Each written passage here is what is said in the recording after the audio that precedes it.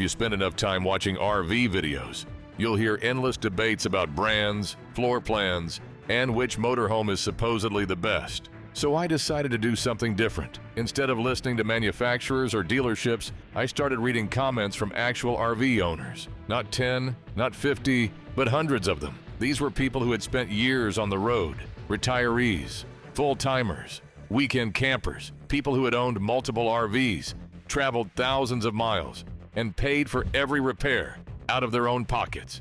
And I expected them to disagree. I thought one group would swear by diesel pushers, another by travel trailers, and everyone would defend their favorite brand. But that's not what happened. No matter what they owned, the same lessons kept coming up over and over again. Some had spent hundreds of thousands of dollars. Others bought old RVs for a fraction of the price. Yet they all seem to reach the same conclusions about what really matters. If you're thinking about buying your first RV, or even your next one, these are the lessons hundreds of experienced owners wish they had known from the very beginning. Before I started reading all these comments, I assumed the biggest debates would be about brands. I expected Ford owners to defend Ford, Winnebago owners to defend Winnebago, and everyone else to argue over which RV was the most reliable. But that's not what I found. It didn't seem to matter whether someone owned a diesel pusher, a travel trailer, a Class C, or even an older motorhome. After reading hundreds of comments, the same lessons kept showing up. People who had owned one RV, people who had owned 5, retirees, full-timers, weekend campers. They all kept repeating the same advice, not because they watched the same YouTube videos, but because they'd learned these lessons the hard way through years of traveling, repairs, maintenance, and experience. That was the biggest surprise. The happiest RV owners weren't necessarily the ones with the newest rigs or the most expensive setups. They were the ones who had realistic expectations and bought an RV that actually matched the way they travel. And once I realized that, every other comment started making a lot more sense. The first lesson came up so often that it was impossible to ignore. Buy used. Again and again, experienced RV owners said they would never buy brand new if they had to do it all over again. At first, that might sound surprising. After all, isn't a new RV supposed to give you fewer problems? But many owners said the opposite. They explained that new RVs often come with the highest price tag,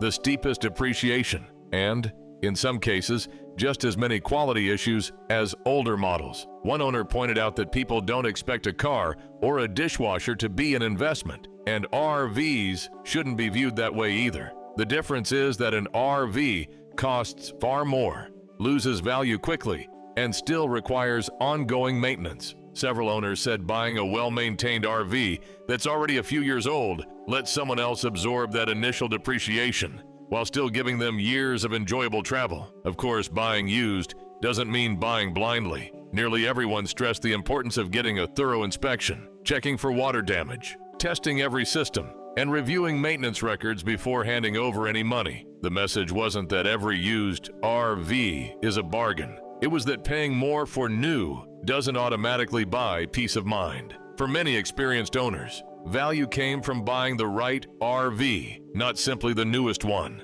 And that idea led directly to another lesson that showed up over and over again. Sometimes less really is more. The second lesson wasn't about a specific brand or model. It was about something much bigger. Keep it simple. Over and over again, experienced RV owners said they eventually realized they didn't need the biggest motorhome or the longest list of features to enjoy traveling. In fact, many believed those extra features often became extra headaches. One owner summed it up perfectly by saying that modern RVs have too many bells and whistles that don't always work the way they should. The more slides, electronics, motors, and luxury options an RV has, the more things there are to maintain, troubleshoot, or eventually replace. Several people said that if they could start over, they'd focus on the basics instead. A comfortable bed, a functional bathroom, a practical kitchen, and enough space to relax after a day of exploring. Not because luxury is bad, but because reliability becomes far more valuable after you've spent years on the road. One comment really stood out. The owner said, "Forget trying to impress other people." That idea came up in different ways throughout the comments. Experienced RV owners weren't chasing the biggest coach anymore. They were chasing fewer problems, lower costs, and more time enjoying the trip instead of fixing things. The surprising part is that many people didn't arrive at that conclusion until after owning several different RVs. Their advice was simple: buy the RV that fits the way you actually travel, not the one with the longest list of features. And that brings us to another lesson almost every longtime owner agreed on: maintenance never really stops. If there was one lesson that appeared in almost every discussion, it was this: owning an RV means accepting that maintenance never really ends. That doesn't mean every trip will end with a breakdown, but it does mean an RV isn't like a typical car that you service a couple of times a year and mostly forget about. It's a house rolling down the highway. Every mile puts stress on plumbing, electrical systems, appliances, suspension, tires, seals, and dozens of moving parts. Some owners shared repair bills that would surprise anyone thinking about buying an RV. One retiree talked about spending over $12,000 on repairs over several years, not including routine maintenance. Another mentioned $1,200 oil changes, $3,000 for new tires, and replacing 8 house batteries. Others described something even more frustrating. They'd return from a trip only to discover something else needed attention before the next one. But here's what stood out to me: the people who still loved RVing weren't necessarily the ones who spent the least. They were the ones who expected maintenance from the very beginning. They budgeted for it. They checked seals, monitored leaks, inspected tires, and took care of small problems before they became expensive ones. One experienced owner even said he always keeps a checklist and double-checks everything before every trip, from tanks and valves to water leaks. That mindset seemed to make all the difference. The biggest disappointment came from people who expected an RV to be almost maintenance-free. The happiest owners treated maintenance as just another part of the adventure, and that naturally led to another lesson that came up again and again: the more you can do yourself, the more enjoyable and affordable RV ownership becomes. One lesson kept coming up from owners who seemed happiest with their RVs: learn to fix the small things yourself. That doesn't mean rebuilding an engine or replacing a transmission. Most people weren't talking about major repairs. They were talking about everyday maintenance and simple fixes that almost every RV owner will eventually face: checking seals, replacing a water pump, fixing a leaking faucet, troubleshooting a tripped breaker, winterizing the plumbing, replacing a vent cover. Individually, these aren't complicated jobs, but paying a repair shop to do each one can become surprisingly expensive. One owner commented that doing his own repairs often saved him as much as 80% compared to shop prices. Another said being a mechanic completely changed the economics of RV ownership because he could handle most problems himself instead of waiting weeks for an appointment. Several people also pointed out another advantage that isn't talked about enough: time. Many RV service centers are booked weeks or even months in advance during peak season. A small issue that you could fix in an afternoon might otherwise cancel an entire trip while your RV sits in line waiting to be serviced. That doesn't mean everyone should attempt every repair. Some jobs absolutely belong in the hands of qualified technicians, but learning the basics gives you confidence, saves money, and helps you understand your RV before a small problem turns into a major one. In fact, many experienced owners recommended finding a friend who knows RVs, watching tutorials, asking questions, and slowly building your skills over time. For them, DIY wasn't just about saving money. It was about staying on the road instead of waiting in a repair shop parking lot. And after reading all those comments, another pattern became impossible to ignore. Many longtime RV owners weren't upgrading to bigger motorhomes. They were actually going smaller. One of the biggest surprises wasn't how many people loved RVing. It was how many eventually chose a smaller setup. I expected experienced owners to say they kept upgrading to bigger and more luxurious motorhomes. Instead, many described doing exactly the opposite. Several people shared stories of selling large diesel pushers and replacing them with travel trailers, smaller Class C motorhomes, or even compact camper vans. It wasn't because they stopped enjoying travel. It was because they wanted to spend less time dealing with maintenance, repairs, and complicated systems, and more time actually exploring. One retired couple explained that after years of owning a diesel pusher, they switched to a travel trailer. Their pickup truck was easier and less expensive to maintain. Any local shop could service it, and if the truck ever needed repairs, they still had a place to stay. Others mentioned something that doesn't get talked about enough: flexibility. Smaller RVs are often easier to park, easier to fuel, easier to store, and much less stressful to drive through cities, mountain roads, and crowded campgrounds. For many owners, downsizing didn't feel like giving something up. It felt like simplifying life. That's not to say bigger RVs don't have advantages. They offer more living space, more storage, and greater comfort for long trips. But after reading hundreds of comments, one pattern became clear. The happiest owners weren't trying to own the biggest RV they could afford. They were trying to own the one that matched the way they actually traveled. And that led to another piece of advice that showed up again and again. Before spending thousands of dollars on an RV, make sure you actually enjoy the lifestyle. Another lesson came up again and again, especially from people who had owned multiple RVs over the years. Before you buy an RV, rent one first. At first, that might sound like unnecessary advice. After all, if you've watched dozens of YouTube videos and toured a few RV dealerships, you probably feel like you already know what to expect. But the reality of RV ownership is something you can only understand by actually living it. Driving a large vehicle through traffic, setting up at a campground, connecting water and electricity, emptying the holding tanks, packing everything away before you leave, then doing it all over again a few days later. Those aren't the glamorous parts of RV life, but they are the parts you'll experience every single trip. Several experienced owners said they still love RVing today, but only because they eventually found the setup that fit their lifestyle. Some discovered they preferred a travel trailer over a motorhome.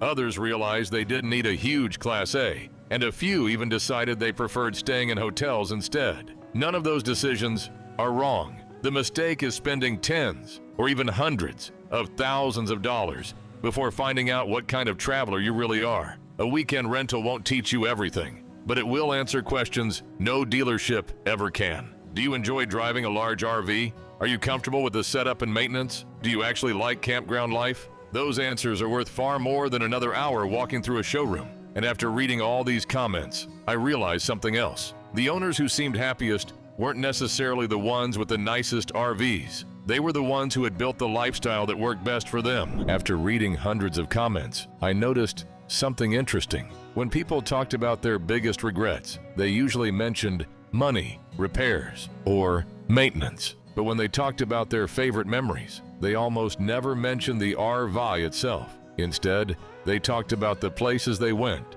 and the people they shared them with. One owner remembered traveling all over the country with his grandchildren and said those trips became some of the best memories of his life. Another described taking his family through Ireland in a small motorhome, making unforgettable memories together. Years earlier, he and his wife had celebrated their anniversary by touring England and Scotland in another RV. Someone else had just returned from Durango, Colorado, where they rode the famous Durango and Silverton train and enjoyed a chuckwagon dinner. They admitted ORV travel takes planning and logistics, but they said they'd do it all again in a heartbeat. What struck me was that nobody was talking about having the biggest motorhome or the most expensive one. The stories that stayed with people were about watching sunsets, exploring new places, spending time with family, and having experiences they wouldn't have had otherwise. That doesn't erase the maintenance, the repair bills, or the occasional frustrations. Those are real, but for many owners, those challenges became just another part of the journey, not the reason they traveled in the first place. In the end, the RV was simply the tool. The real reward was everything that happened once they arrived. And maybe that's the biggest lesson of all. The happiest RV owners weren't chasing luxury. They were chasing experiences. If there was one lesson that stood above all the others, it was this: there is no perfect RV. There is only the RV that's perfect for you. After reading hundreds of comments, I realized that some of the happiest owners had completely different setups. One person loved a diesel pusher. Another sold theirs and switched to a travel trailer. Some preferred older motorhomes because they were simpler and easier to work on. Others said they'd rather stay in hotels. And the interesting part is that none of them were necessarily wrong. They had simply reached different conclusions based on how they wanted to travel. Some people enjoy driving across the country every week. Others are perfectly happy parking at the same campground for a month. Some love boondocking far from civilization. Others prefer full hookup RV resorts with every convenience. The point isn't to copy someone else's setup. It's to understand your own priorities. Do you value space more than simplicity? Would you rather save money with a travel trailer or enjoy the convenience of a motorhome? Are you comfortable doing basic maintenance yourself, or would you rather pay someone else to handle it? The experienced owners who seemed happiest weren't the ones chasing the biggest RV or the newest technology. They were the ones who had realistic expectations and built a lifestyle around the way they actually wanted to travel. Maybe that's why so many of their comments sounded surprisingly similar. They had all taken different roads, owned different RVs, and traveled to different places, yet they ended up reaching many of the same conclusions. And if you're thinking about buying your first RV, that's probably the most valuable advice of all. Don't buy the RV you think will impress other people. Buy the one that will make you want to keep traveling for years to come. When I started reading all these comments, I thought I'd find endless debates about which brand builds the best RV. Instead, I found something much more valuable. Hundreds of people with completely different RVs, different budgets, and different travel styles kept repeating the same lessons. Buy for the way you actually travel, not for the way you imagine you'll travel. Keep things as simple as possible. Expect maintenance because it's part of the lifestyle. Learn a few basic repair skills if you can, and don't assume that bigger or more expensive automatically means better. What surprised me most was that the happiest RV owners weren't talking about luxury features or expensive upgrades. They were talking about family road trips, quiet mornings at campgrounds, mountain views, unforgettable adventures, and the freedom to go wherever they wanted. Those memories were worth far more than any touchscreen dashboard or fancy interior. So if you're thinking about buying your first RV, don't just ask yourself, what's the best RV? Ask yourself, what's the best RV for the way I want to travel? Because after reading hundreds of comments, that's the one question that seemed to matter more than any other. And now, I'd like to ask you the same question. If you could give one piece of advice to someone buying their first RV, what would it be? Leave it in the comments below. I'd love to read it, and who knows, it might even be featured in a future video. Thanks for watching. Safe travels, and I'll see you in the next one.